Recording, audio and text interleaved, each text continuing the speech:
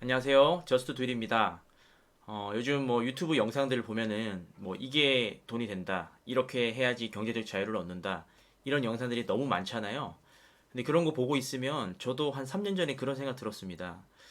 그래도 직장 다니고 잘 살고 있는데 괜히 자괴감이 들기도 하고 마치 내가 잘못하고 있나라는 답답함도 들고 저도 어떻게 보면 지금 회사를 나와서 제가 자유롭게 온라인으로 비즈니스 구축해서 하고 있는데 제가 그동안 직접 3년 동안 이렇게 살아보니 깨달은 것들이 있습니다. 그래서 오늘 그것들을 여러분께 나눠보려고 합니다.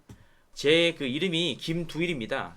그래서 행사명이라던가 브랜딩 네임으로 저스트 두일, 그러니까 그냥 일을 하자를 쓰고 있는데요.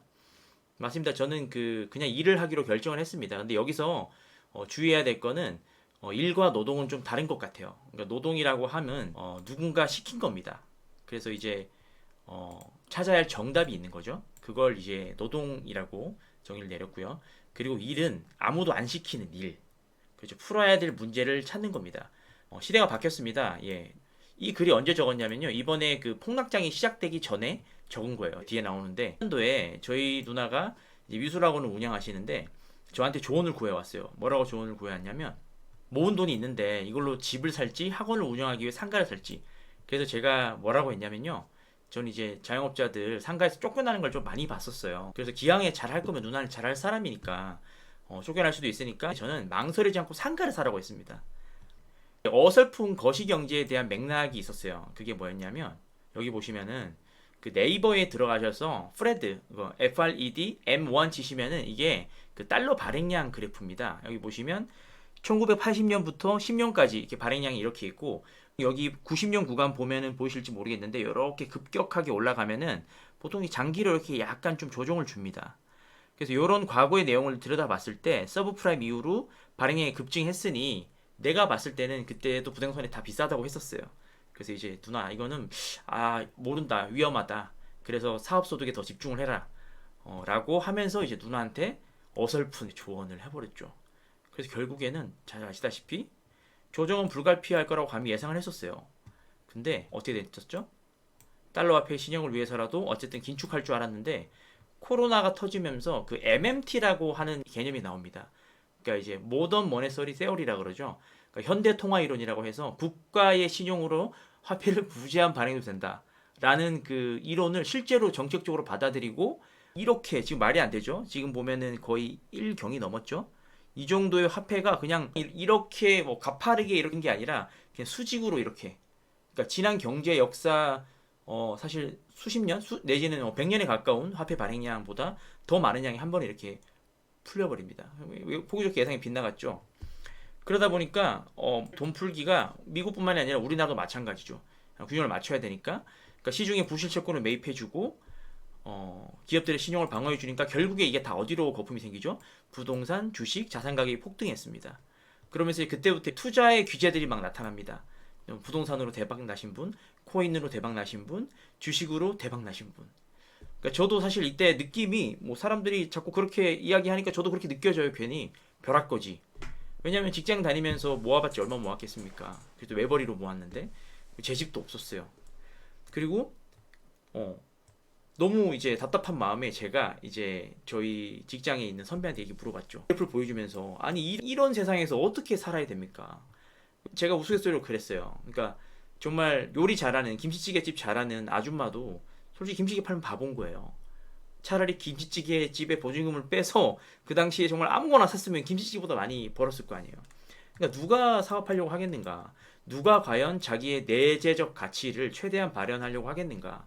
라는 막 어떻게 보면 이제 좀 답 없는 질문이죠. 그랬더니 이제 저한테 돌아온 대답이 세상은 오징어 게임이야.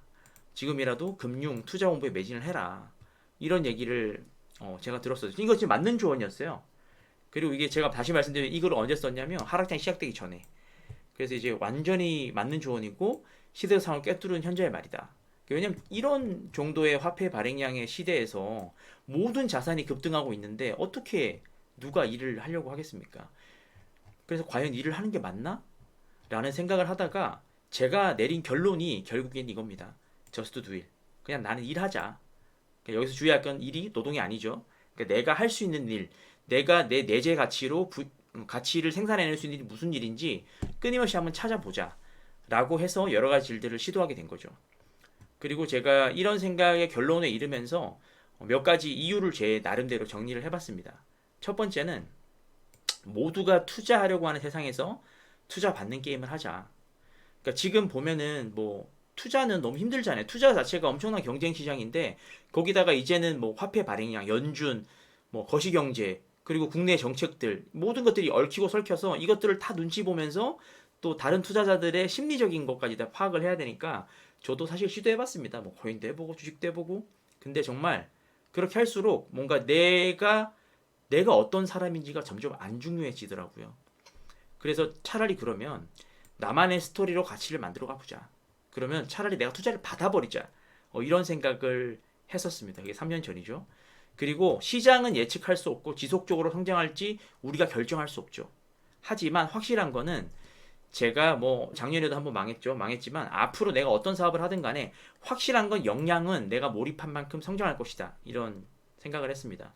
그리고 세 번째는 투자에서 절대 잃지 않는 방법이 있죠. 왜냐면은 아까 화폐 발행량 그래프를 보면 아시다시피 어쨌든 화폐는 우상향합니다. 그 말은 즉슨 어쨌든 화폐의 가치는 계속 떨어지죠. 그렇기 때문에 무의미한 지표로 들고 있으면 안 돼요. 그러면은 이때 내가 잉여현금, 한마디로 내가 벌었는데 다 쓰지 못해서 이것을 현금이 아닌 다른 수단, 뭐 주식이든 아니면 그것이 부동산이든 이런 것들로 바꿔놨다 그러면 사실 그거는 투자라기보단 저축에 가까운데 사실은 오랫동안 보유할 수 있기 때문에 거의 100% 승리하는 투자라고 볼 수 있습니다. 그리고 네 번째는 제가 이제 애들을 키우잖아요. 요즘에 뭐 자녀 교육할 때 부동산 교육 막 엄청 하시는 분들도 많다고 저는 알고 있어요. 근데 저는 이런 아빠가 되고 싶습니다. 태어날 때부터 본인이 선물 받은 본인 가치, 이렇게 뭔가 외부적인 세계에 대해서 잘 파악해서 그 어떻게 이렇게 그 흐름을 탄다 그러죠. 고점에서 팔고 저점에서 죽고 팔고 죽고 막 눈치 게임 계속하고, 물론 사업도 그런 부분이 전혀 없는 건 아닙니다. 하지만 사업이라고 하는 분야는 조금 다른 것 같아요. 본인이 갖고 있는 내재 가치로 할 수 있는 게 있고 없는 것들이 있습니다. 이것들을 잘 구분하는 게 굉장히 지혜의 시작이고 우리 아이들도 좀 그렇게 자랐으면 좋겠어요. 그래서 사회에 기여하는 사람으로. 그래서 투자로 버는 돈은 사실 부러움을 살 수는 있는데 저는 개인적으로 그런 생각했습니다. 과연 김치찌개 한 그릇이라도 가치가 나오는가? 그래서 이제 저희 애들은 기왕이면은 뭔가 본인 가치로 누군가에게 가치를 전하면서 좀 보람 있는 삶을 살았으면 좋겠어요. 그리고 다섯 번째, 정량화된 사회가 비교 문화를 양산한다. 저는 이렇게 생각을 했습니다. 그러니까 점점 이제 아파트 가격이 차등 쪽으로 막 오르죠. 오르다 보니까 어떤 지역에 가면 너 어디 살아? 묻는 게 곧 거의 뭐 너의 신분을 묻는 것 같다는 이야기도 요즘 하더라고요. 그래서 이런 사회는 사실 결과와 상관없이 모두가 좀 불행하다는 생각을 했습니다. 근데 이거는 저도 마찬가지예요. 누군가 뭐 제가 어디 살아요. 내 차는 이거예요. 그럼 좀 달라 보여요. 그리고 뭐 저도 이제 돈 좀 벌었다고 막 차도 좋은 거 사고 싶더라고요. 그리고 막 그거 뭐 과시하고 싶기도 하고. 근데 하지만 저는 그런 것보다는 존경보다는 그냥 사랑받는 인생을 살고 싶다는 생각이 있습니다. 그리고 뭐 사람들이 봤을 때 저를 봤을 때 저 사람한테 저 사람을 이용해서 뭔가 돈 벌어야지 보다 그냥 저랑 함께 길을 가고 싶다, 이런 사람들이 많아졌으면 좋겠습니다. 그리고 마지막으로 이제 제가 받은 만큼 기여하자. 그러니까 제가 일한 거에 비해서 많이 누리고 살죠. 아마 그건 여러분도 마찬가지일 거예요. 우리가 일을 아무리 많이 해도 이렇게 풍성하게 많이 먹고 다양한 것들, 지금 찍고 있는 이런 캠, 컴퓨터, 이런 스마트폰, 이거 당연한 것들이 아니라고 생각하거든요. 그러니까 이런 것들이 그런 오징어 게임 같은 경쟁 게임, 그러니까 이제 어떻게 보면 금융 기반의 이런 자산 게임으로 만들어졌다고 생각하지 않아요.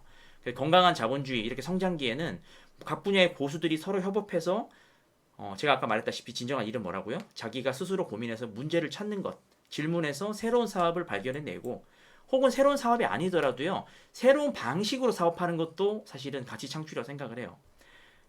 그런 것들을 충분히 제가 누리고 있기 때문에 저도 그런 새로운 가치들, 공간업에 대해서는 저는 제가 새로운 가치들을 많이 구현해 나가고 있다고 생각합니다.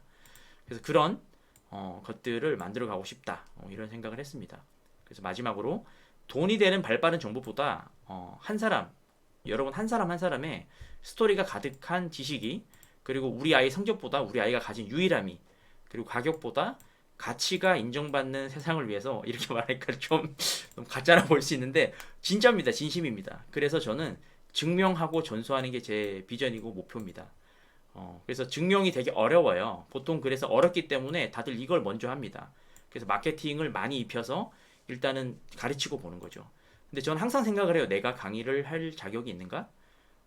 그런 생각을 좀 지금도 많이 하고 있습니다. 그리고 절대 혹시라도 강의를 한다 그러면 저는 많이 팔려고 하지 말자. 그리고 많이 팔아서 뭔가 이게 내 사업 소득을 막 앞지르고 그러다가 내가 사업에 좀 뭔가 좀 안일하게 되고 이런 것들을 원하지 않습니다. 왜냐면은 아까 앞에서 설명했지만 그것 또한 주객전도인 것 같아서죠. 그러니까 저는 항상 그 우리가 행복할 수 있는 이유는 주변 사람들이 다 잘 살아야 된다고 생각을 해요. 그 사람들이 다 잘 살아야 되고 그 사람들이 김치찌개를 잘 끓이시는 분은 김치 잘 끓여야 되고 그리고 운전을 잘 하시는 분은 택시기사 운전을 잘해서 좋은 서비스를 하셔야 되고 각 자리에 그 가치가 있고 그리고 그 각 자리에서 잘하는 분들은 인정받을 가치가 있다고 생각을 합니다. 제가 그래서 사진들 마지막으로 좀 몇 개를 한번 보여드릴게요. 보시면 이제 이건 이제 수선하고 있는 사진이죠. 그리고 이건 이제 몇 가지 실패 사례인데 제가 이거 이 젓갈 팔아보겠다고 뭐 이런 적도 있어요. 한상 젓갈이라는 브랜드 만들었다가 망한 적이 있고요. 그리고 이건 이제 코로나 때문에 사실 요즘에 그런 질문 많이 하세요. 공간 사업 이거 해도 되나요? 저도 잘 몰라요. 이게 뭐 1년 뒤에 뭐 다시 팬데믹이 올지 뭐 엄청난 레드오션으로 가서 끝날지 잘 모르겠습니다. 확실한 건 그때 저는 다른 일을 또 하고 있을 거예요. 근데 이때가 그럴 때였죠. 완전 집합금지 걸려서 할 게 없을 때 이때 이거 뭐 하고 있는 거냐면 자가격리 숙소를 공급하는 일을 했습니다. 확실한 건 보건소에서 정말 좋아했어요. 필요한 일이었고 이렇게 하다 보니까 제가 어떻게 보면 공간 사업에서 줄어든 소득을 이걸로 거의 만회했던 적이 있습니다. 그리고 이제 이런 식으로 저희는 이제 어반 클래식 오픈할 때마다 이렇게 페인트를 이렇게 글씨를 적어요. 기념을 하는 거죠. 그래서 페인트 칠 직접 하고 어, 열심히 산 모습들 좀 모아보려고 했는데 제가 또 사진도 많이 안 찍어서 많이 없더라고요. 예, 일하면 바보 된다고요? 제가 해보니까 여러분 일하면 바보 안 됩니다. 오히려 일을 하면요. 일을 하면 할수록 근데 여기서 아까 주의할 것은 일은 자기 스스로 찾아낸 일, 자기 스스로 고민한 일. 여러분 공감돼요?